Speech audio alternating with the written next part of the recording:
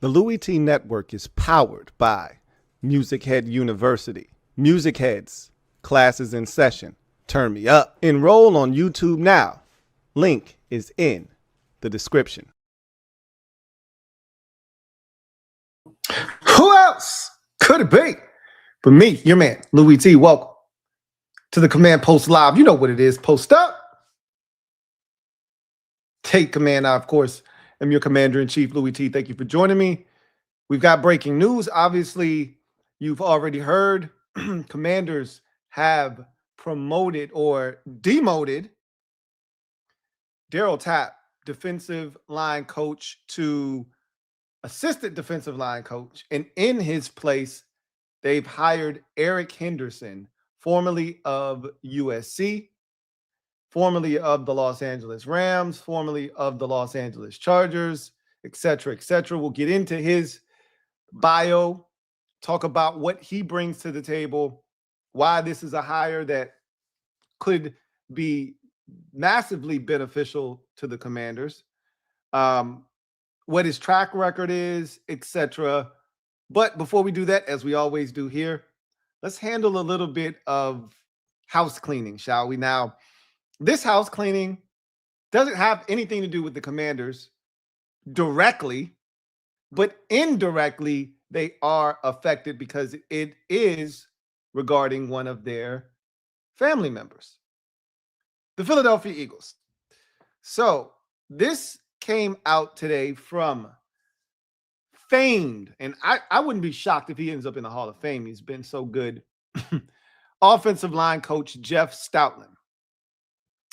He tweeted this out probably 3-4 hours ago.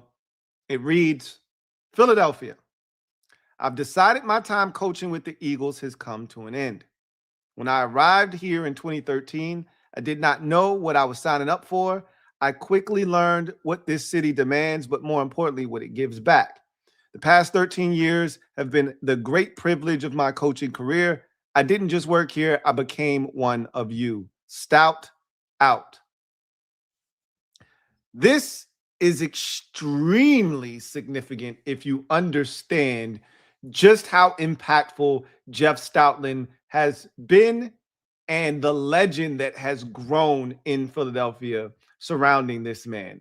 They named his coaching tutelage Stoutland University, and we saw so many players graduate with honors, none probably more significantly and impressively than their left tackle, who started out as a former rugby player that turned into one of the best left tackles in the league. I'm talking about Jordan Mailata. That's a 7th round pick that they took a flyer on because of his athleticism and his size, and turned him into an all-pro Pro Bowler at the left tackle position. And it's all because of Jeff Stoutland.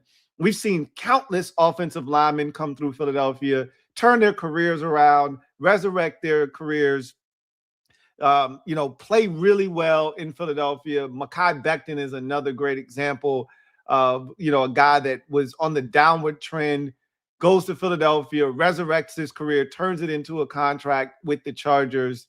We've seen so many guys go to Philadelphia, and that line has been the best in football, or one of the best, for years because of this man and his tutelage. Now he's gone. And I don't want to be all doom and gloom. And I don't want to write the obituary for the Philadelphia Eagles too soon. Because too soon can't be soon enough, right? But you lose Stoutland, their defensive coordinator, who we knew wasn't going to coach forever. He was already old as dirt when he got there, and he had already said he wanted to end his career in Philadelphia, which is where he grew up, which is the place he was birthed. He wanted to end his career where it all started for him. And so Vic Fangio he's thrown out the idea of, I don't know if I want to coach this year. I think I might retire. I think he's going to give him one more year. I do. I think he's going to give him one more year. But you talk about Jeff Stoutland and potentially Vic Fangio all jettisoning the Eagles in one offseason, and this thing could go south. They already have A.J. Brown issues. I don't know if anything's going to come of that situation, but that's a bit of a mess. And they couldn't find a coordinator. They just seem somewhat disheveled right now. And for the first time in a while, they feel vulnerable. Very, very vulnerable. Now, they're still uber talented. They still have all the pieces to put this thing together next year. And if their new offensive coordinator comes in and kills it and everything aligns itself, they'll be right back in the mix again where they're used to being. But this feels like an offseason that has gotten off to a pretty ominous start. And as these pieces start to subtract, I get a feeling that things could go sideways in Philadelphia very quickly. If they get off to a slow start, that's always been the key for them, is they get off to fast starts. So any turmoil, any controversy that usually comes their way, they can just point to the record. Hey, we're 9-1. Hey, we're 8-2. Hey, we're 7-3. Leave me alone, right? If Nick Sirianni does some F shit and we go, he's such a dumbass, he's such a brainless coach, all he has to do is point to the record, and there's really not much you can say. If they get off to a slow start, remember, he was this close the Super Bowl year. They were this close.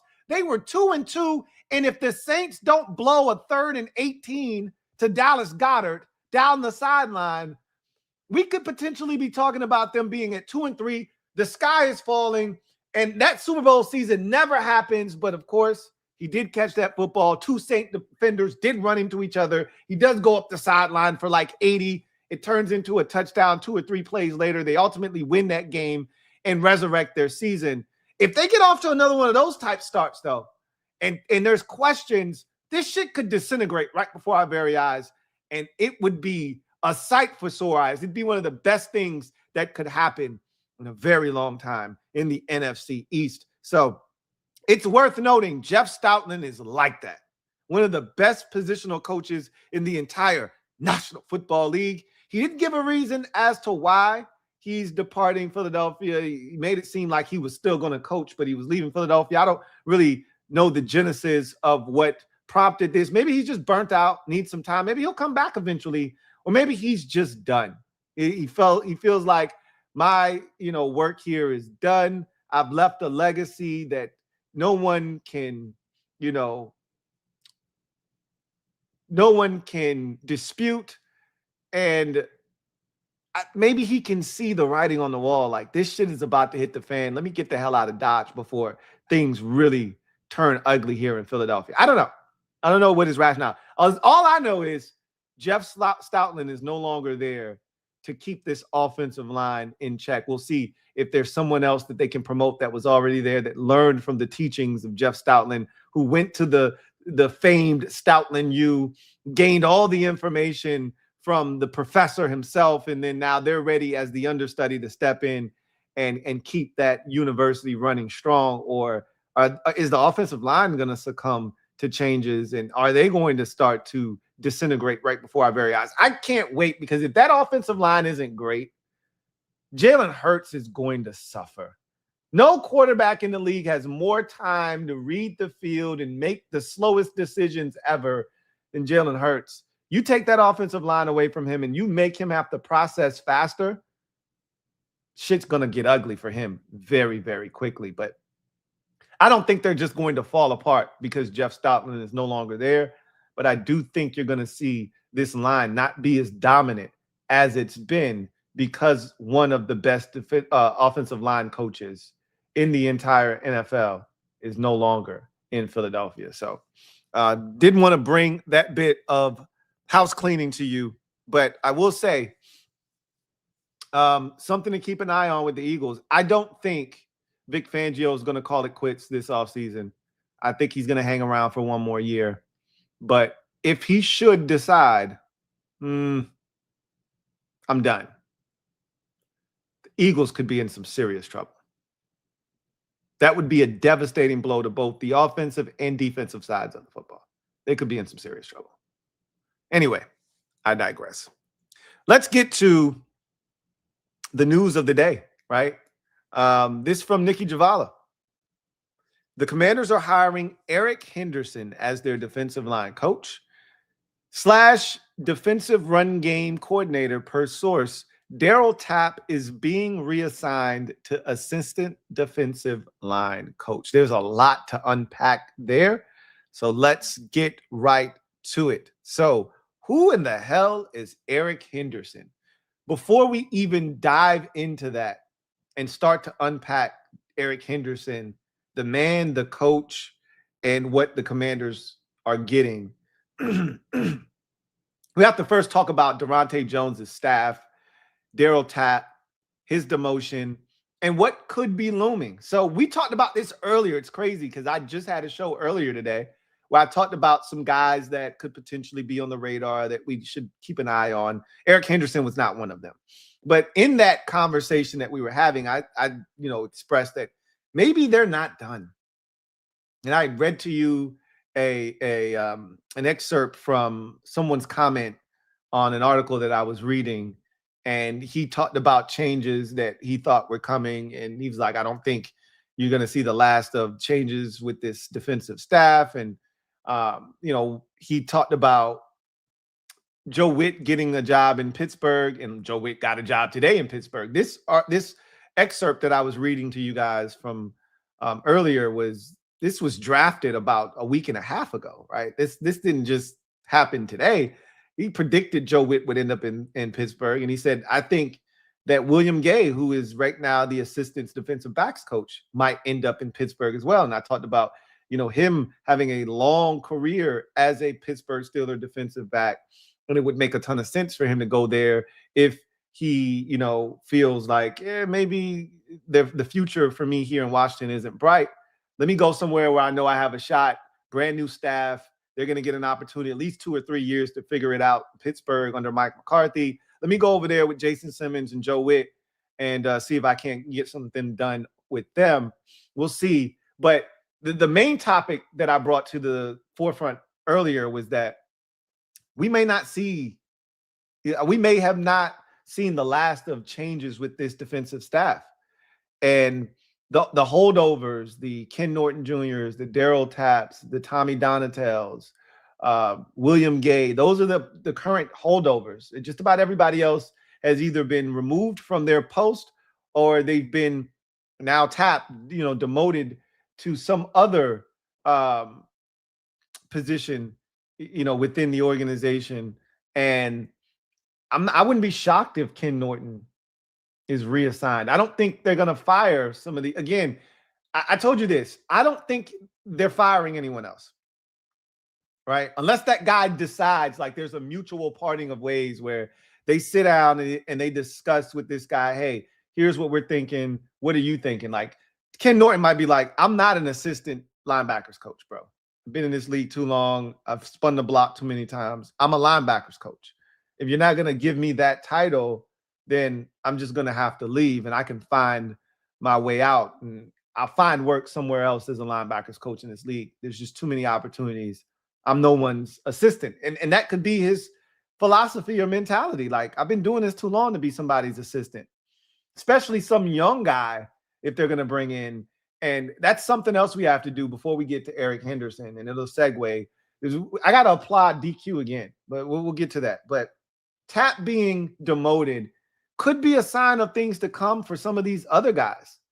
Maybe not Tommy Donatell, but there's a real possibility that Ken Norton could be demoted or flat out, relieved of his duties, or there could be a mutual parting of ways. They may not be done, as they shouldn't be if Daronte Jones insists on bringing his own guys here, right? I got no issues with Ken Norton. I got no issues with Darryl Tapp. If they wanted to keep those guys here, I wouldn't have batted an eye. But if Daronte Jones comes in here and says, I don't have any issues with those guys either, but I've got a guy in mind for that particular position group, hell yeah, let him do his thing. Don't bottleneck him. Don't restrict what kind of power he has.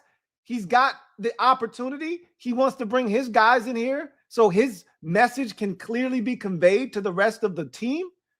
You let him bring in whatever guys he wants. And clearly he wanted Eric Henderson. And I got to applaud DQ again. I was so wrong about Daniel Quinn this offseason, because I said he's not going to go out here and identify young talent. And this might not be him. This might be all Durante Jones, and DQ has nothing to do with this. But I got to assume DQ is not going to just allow him to bring anybody in here. You know, this guy has to stand for principles and things that DQ absolutely gets down with. And so this checks off two boxes that we didn't think DQ had the capability of checking off simultaneously, I may add. We talked about DQ not being able to go out and find young talent from a coaching perspective. Both of his coordinators are young and perceivably talented. We'll see if it comes to if it comes to fruition.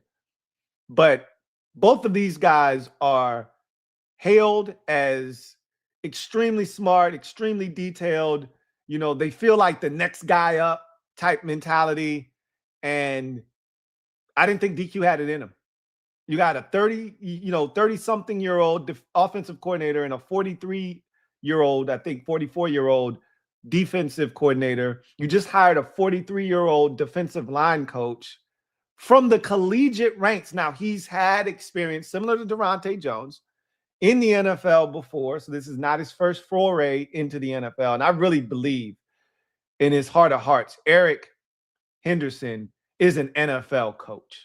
And that's why he's back here, because he was having tremendous success at USC. We'll talk about that here in a second. But DQ, he did it again. He hired another young coach, and this time plucked him from the collegiate ranks.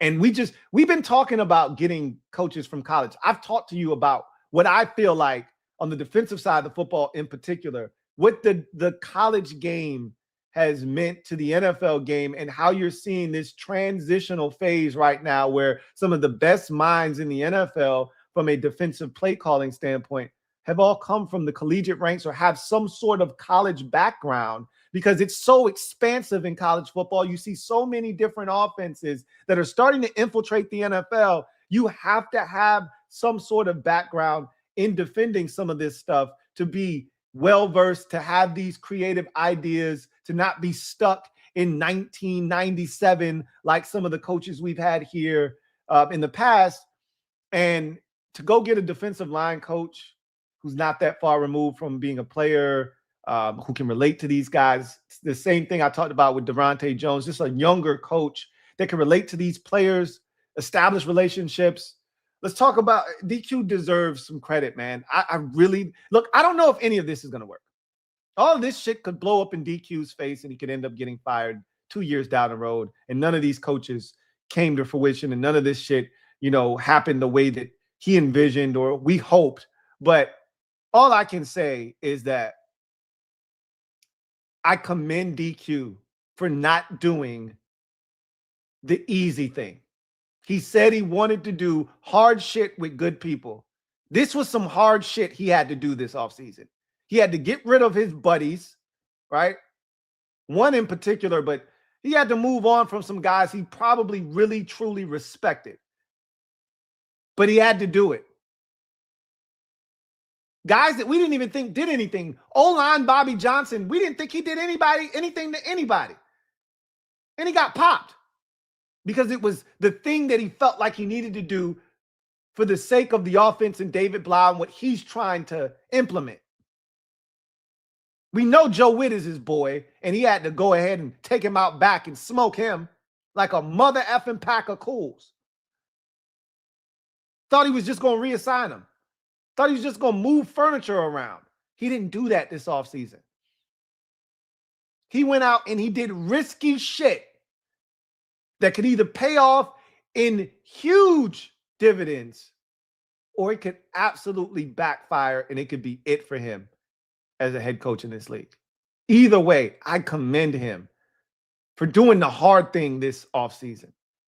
The easy thing would have been to just reshape some of the staff, move some of the pieces around, but not make wholesale changes, not go youthful, not go with guys who've never called a play in the NFL before, not reach back to the collegiate ranks to grab a defensive line coach.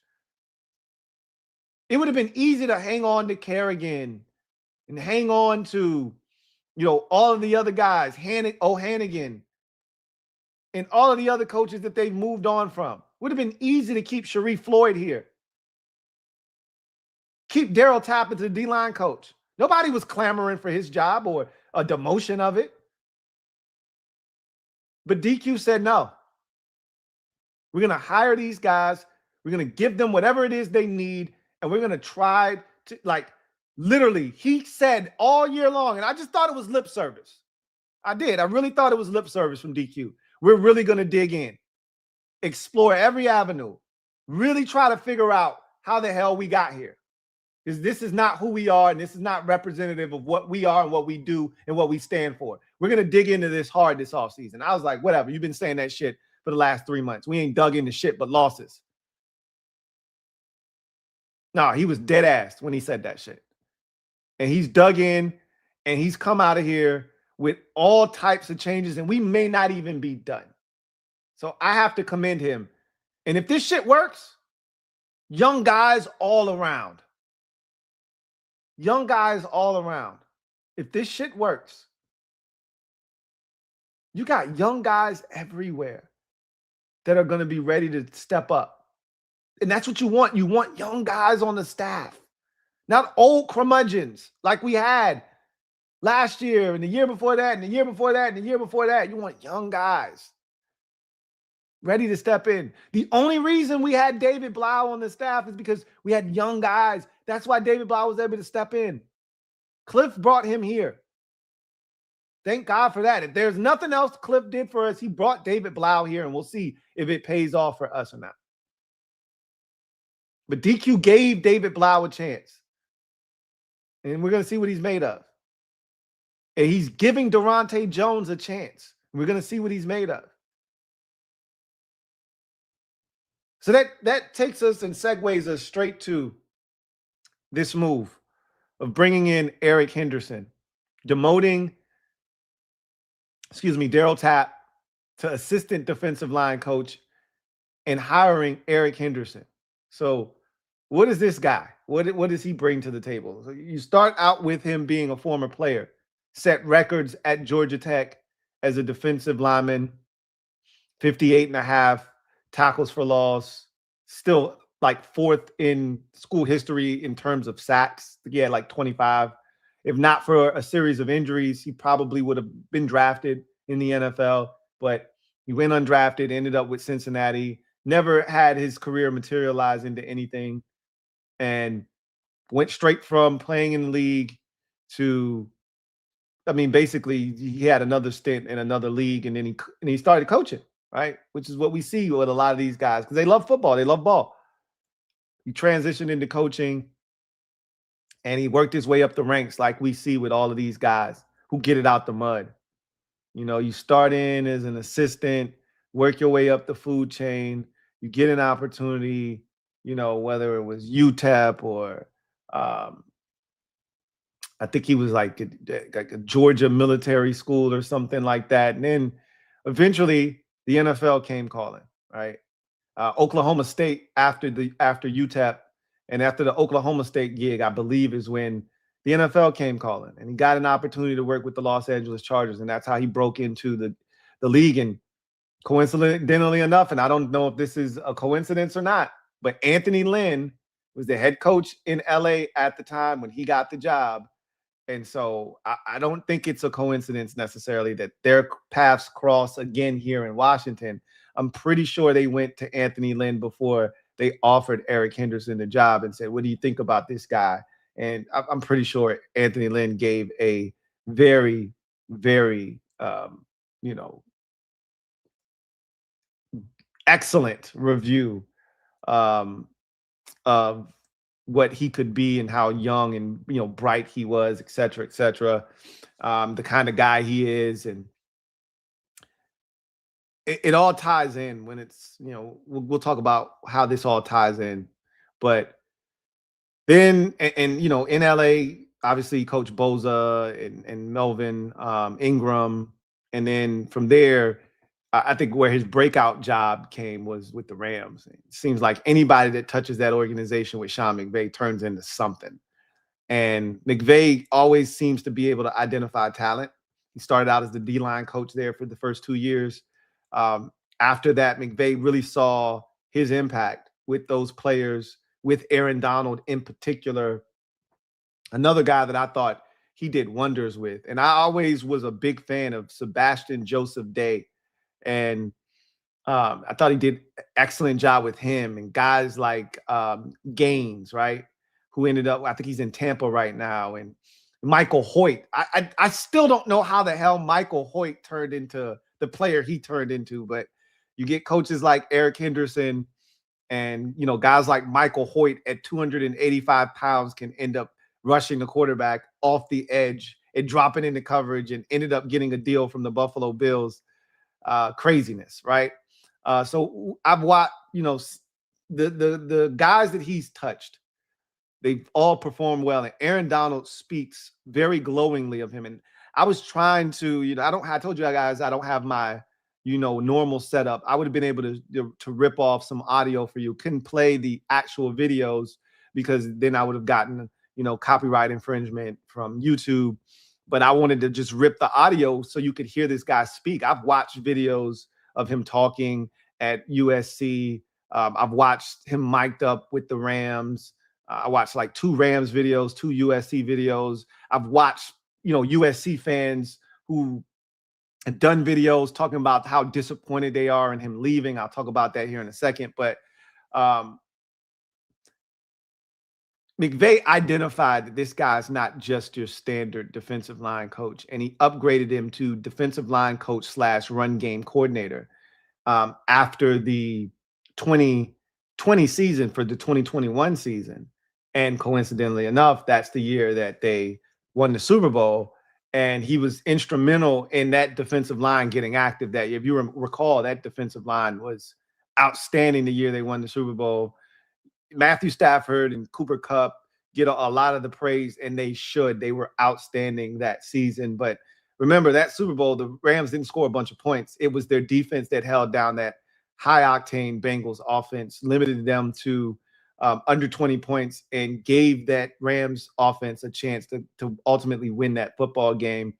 And Aaron Donald speaks so profusively and praises his relationship and the coaching and the tutelage and the techniques and a lot of the things that he's, you know, done in his career, especially later in his career. He credits Eric Henderson for really teaching him and you know, really giving him more tools in his bag and giving him a regimen that he could use to continue to hone his skills and get better.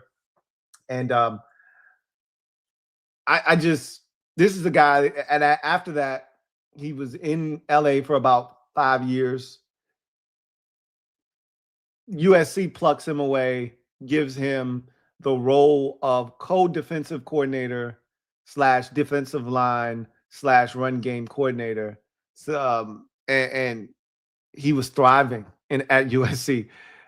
One of the things that he was a mastermind at USC, not only was he a great coach, he was a master recruiter.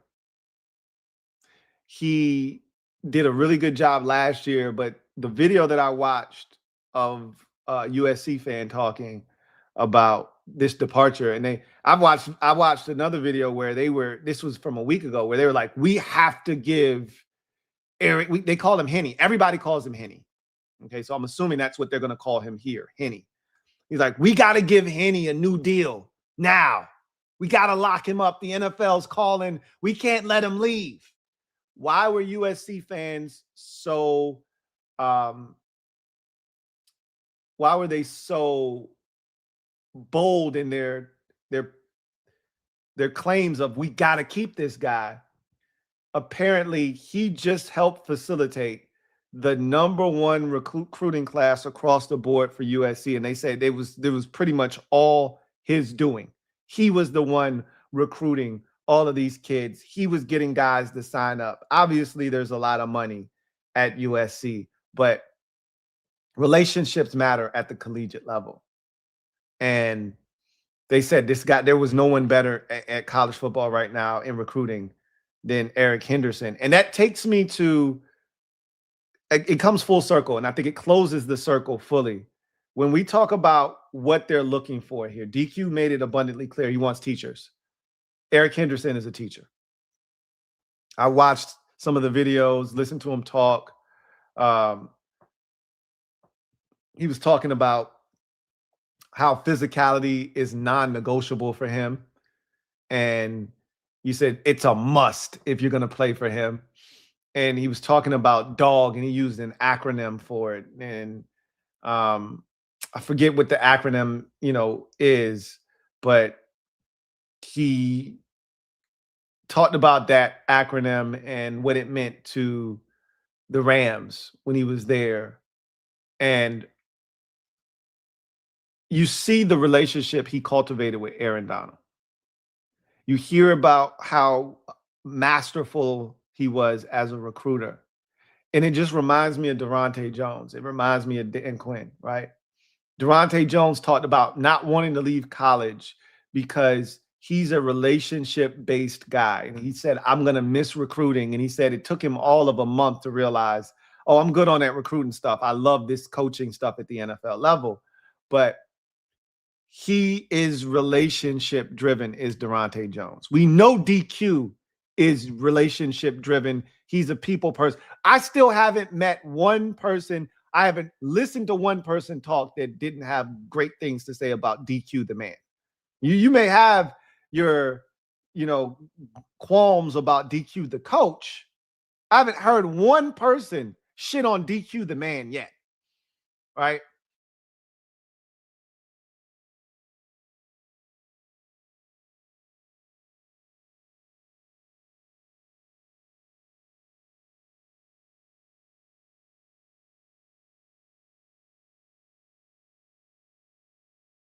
What we got?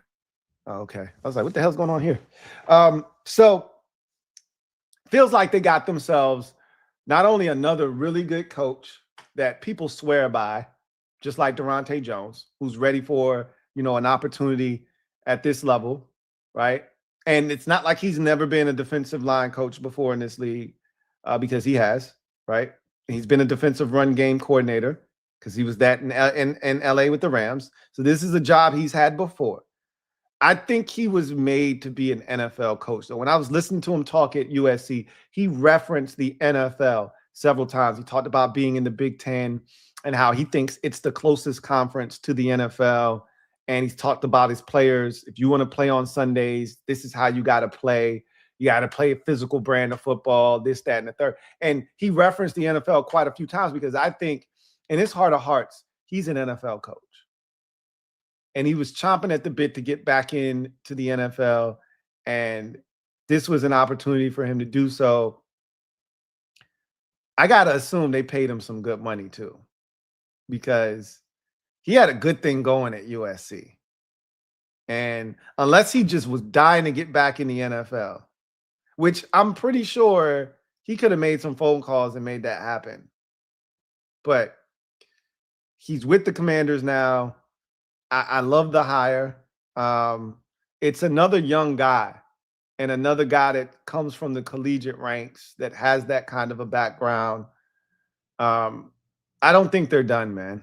I don't think Durante Jones is done transforming this coaching staff. I'm excited. I am. I wanted change this offseason. I wanted things to look different. You go 5-12, you get your brains bashed in. Really the month of November was a disaster for us. The end of October into November was just the thing of epic meltdowns. I mean, we saw ass whoopings being bestowed upon us that we hadn't seen since 2023.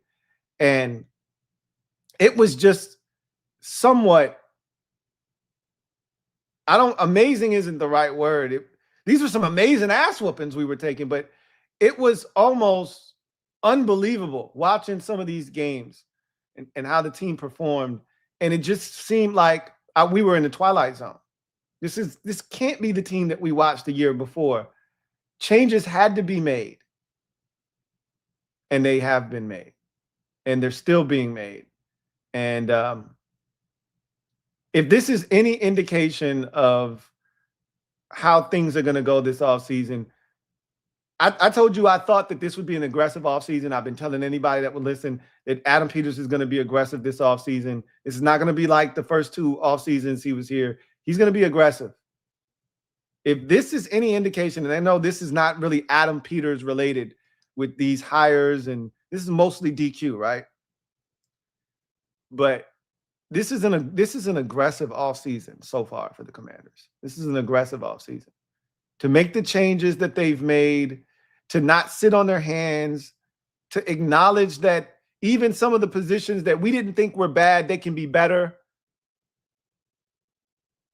We haven't seen this kind of turnover with a staff, with the coach still being here, in quite some time.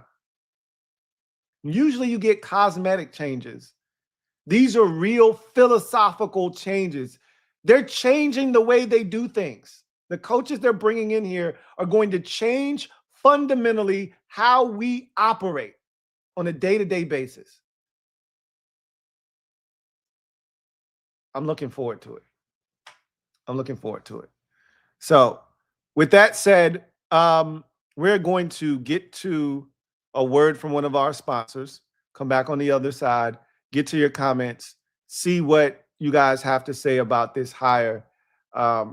Darryl Tapp being demoted, I think he's got that energy that they love. Darryl Tapp does, but the results just weren't, necessarily what they were hoping for. But again, I don't even know if it's that as much as it is Durante Jones has a vision for how he wants things executed here in Washington, and he is bringing in guys that he feels like can execute his vision. That's the way that it should be. I don't know if we're done yet. We can see changes at corner, at defensive backs coach. We can see changes at linebackers coach. I wouldn't be shocked if we see more demotions or even more guys being on the outs. This is really, really fascinating stuff. Let's get to this quick break, come back on the other side and see what you guys have to say. Sleeper. Sleeper is the best way to experience and connect over sports together. It's a one-stop shop for all of your sports needs. You can celebrate and chat in the games in real time with other users, get the fastest scores, blazing fast news and alerts right at your fingertips. Play in fantasy leagues and win real money on picks contests. So enjoy sports the way they were meant to, together. Download the #1 sports app today. Predict the hottest football stats like passing yards, receiving yards, touchdowns, interceptions, and much more to cash in on your daily fantasy football skills. Use promo code LTN and Sleeper will match your first deposit up to $100. Terms and conditions apply. See Sleeper's terms of use for details. Currently operational in over 25 states. Check out Sleeper today. Sleeper. All right, so shout out to Sleeper for sponsoring this stream. If you haven't already done so, download the Sleeper app. Link is in the description of this video. Use my promo code LTN to get you a 100% match on your first deposit up to $100. Let's get to the comment section and see what you guys have to say. Video channel, thank you for the super chat. Greatly appreciate you. Thank you for being a member of the MOBB. Video channel writes, Lou, video channel. Tap to DQ. Damn. Think I can still get that job over at Rockefeller? Rockefeller. So won't you raise your glass, won't you? Oh, man. Hey, Tap definitely was like, hey, man, think I can still get that assistant D-lines coach job, man? DQ was like, come on, Tap. We go way back, bro. Like 4 flats on a Cadillac, man. I got you, bro. You ain't going nowhere. Hang tight. So Tapp is here, and I like Darryl Tapp. I like the energy. I think he's a good coach, and again, I think he's going to fit in here. Fit in with what they're trying to do and convey. But Durante Jones is definitely bringing in his henchmen, and I love it. I love it. Daniel Moore, thank you for the super chat. Greatly appreciate you. Thank you for being a member of the MOBB. Daniel Moore writes, Eagles have a better GM, I think.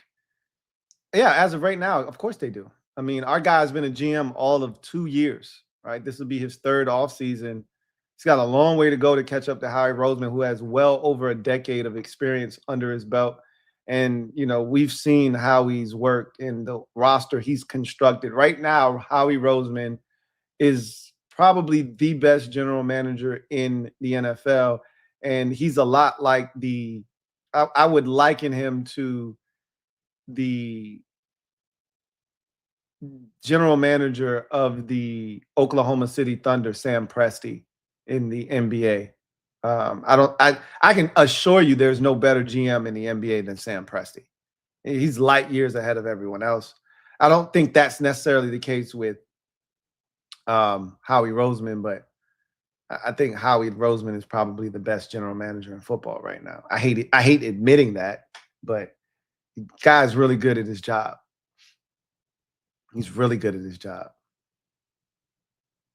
So we got work to do, but it ain't about being better than Howie Roseman. It's about being the best version of Adam Peters for the Washington Commanders. And if he can do that, we got the better quarterback. That's the foundation you need to start you off, to get you going in the direction you want to go. We can work our way from there, right? Got the most important piece. Now you got to build around that piece. Think we've built an offensive line as well. So you're trending in the right direction, but you got a lot of work to do to fill in the gaps. Video channel. Thank you for the super chat. Greatly appreciate you. Double up. Thank you for doubling up. Who writes, Lou, thought on post-sports section getting canceled. I grabbed that section every day in high school, got me through a lot, grew a love of sports and reading. I'm really going to miss having that staple. I have zero thoughts on that. Zero. I wasn't a massive newspaper reader. That was probably a little bit before my time. The only thing I used the newspaper for was for cutting out clips of me or somebody I knew in the newspaper in the sports section, right? So I got some old clippings when Joe Gibbs first came back. I still have that sports section, but I'm not a big newspaper reader, so and never have been. So I think that might have predated me maybe by 5 or 10 years. So I have zero. I have zero care about it no longer existing. It just doesn't resonate for me. So a little bit different, you know. For you, you're like, man, that was my go-to. I got nothing for you. I got nothing for you. Corin Smith, been a member for 5 months. Shout out to Corin Smith, who writes, sup, LT? Sup, Corin? How are you? I'm chilling like a villain and I'm feeling right. What's good with you? DQ had to change because the players are not. When I started watching football in the 80s, I applauded him for taking a shot. That's all we ask. Hashtag SOTG. Hashtag SOTG indeed. I got to applaud him. Like, I don't know if anybody else is going to. You know, some people may see this offseason as a negative on DQ. I see it as a positive. I see it as a guy going after it and giving it a shot and just not going with the easy status quo moves. I'm seeing a guy shake shit up, change his whole, philosophy of how he's done things in the past, because how he's done things in the past hasn't gotten results. And I hate to say this, but with all of the changes that we've seen take place, and this may not be a fair statement, but I'm going to say it anyway. What transpired in 2024 feels a lot like luck more than skill. And we talked about it being, there was a lot of luck on our side in 2024. I talked about Eagles fans laughed at me when I brought up luck. I talked about luck being a big part of the 2024 season for the Commanders. But seeing how many changes have been made, wholesale changes have been made, one can only wonder, we see that 2024 was not sustainable by how 2025 went. And that has prompted all of these changes. And I'm anxious to see how all of this goes over, because I know why they did what they did on offense. Because they wanted, preservation of Jaden. They wanted different things for Jaden. They had a different philosophical belief about how to utilize Jaden best and to give him some of the things that can make life easier for him. Defensively,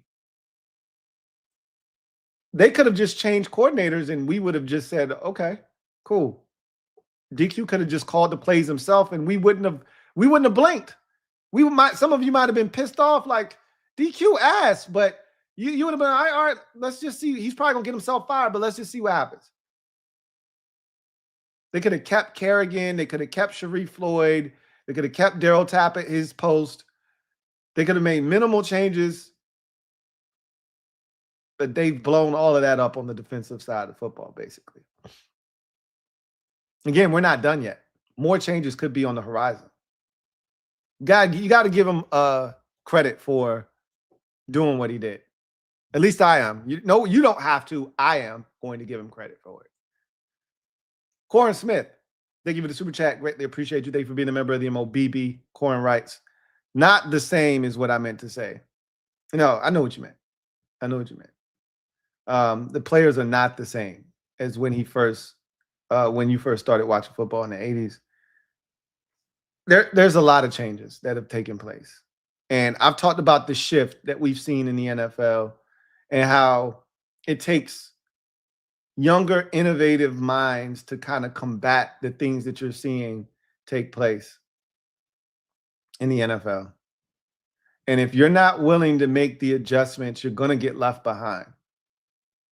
You're going to get left behind. You have to adapt in this league. And I think this is DQ's form of adaptation. And I can really get behind this. DQ is adapting by getting younger, hopefully smarter coaches in here that are going to elevate his team's play and make him look like a genius. The best coaches in the league, some of the best coaches, not all of them, but some of the best coaches in the league are elevated to that status because of the guys they hire. The guys that they hire. McVay is a genius on offense, so his offense is always going to be great. But how many times has he found the right defensive guy? I think he's molding yet another defensive guy that's going to end up getting a coaching job in this league. He's already like 3 of his defensive coordinators have already gotten head coaching jobs. I think he's cooking up another one right now as we speak. He's got another offensive assistant that interviewed with 2 different teams who went back to LA this year, but he's probably going to be a head coach next year. He identifies talent, cultivates it, and that helps elevate his team. How many Shanahan disciples, how many guys that have coached in San Francisco have gotten head coaching jobs, have been elevated to coordinator positions? How many guys have we seen? Smart guys hire smart guys. They don't hire their buddies just for the sake of getting the band back together. They hire smart guys. That's how you stay ahead of the game. DQ might finally be catching up. He was behind because he was still hiring buddies. He might actually be catching up. And maybe Durante Jones might help him get ahead with some of the guys he's bringing on board. We'll see. We will see. But that's the last comment. So we'll get out of here.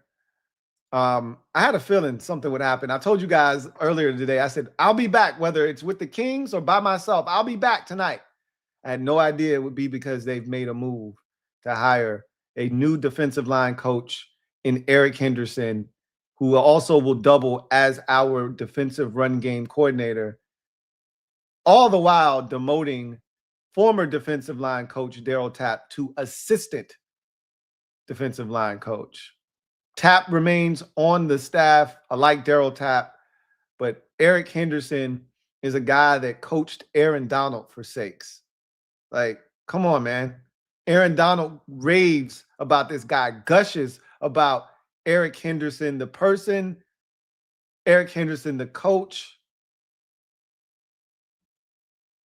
This is a guy that I really believe establishes relationships with people. And we know how big DQ is on having guys establish relationship with the players and with the coaching staff, etc. But more importantly for us as fans, because we're not in that building, we're not going to have relationships with, the staff or anyone in that building. He's a damn good coach. He's a culture setter. He's a tone setter. That's what we've heard from guys like Sean McVay and Aaron Donald and the staff at USC. That this is a culture setter. It's a tone setter. Is Eric Henderson. That's what we're getting here. As we reshuffle the deck on the defensive side of the football in terms of the staff, I think this is just the beginning of what is going to be a busy, active, and aggressive offseason for the Washington Commanders. I'm impressed so far. I'm impressed. Anyway, I digress. That's going to do it for me, your man Louie T, here on the Command Post Live. You know what it is. Post up. Take command. I look forward to chopping it up with you guys next time. Hopefully tomorrow the Kings will ride. But in any event, you'll see this face invading your space tomorrow, regardless of what. In any event, you guys have a good one. Take care. Enjoy the rest of your night. God bless and good night. The Commanders have a new defensive line coach. His name is Eric Henderson. Darryl Tapp remains on the staff, but now in an assistant defensive line role. The Commanders may not be done with staff changes. Durante Jones coming in and reshaping this defensive staff the way he should. Love it. Love DQ for giving the autonomy and giving these opportunities to these younger coaches. I'm excited, and I want to continue to see what direction all of this goes in. Until next time, I'm your man Louie T, signing off.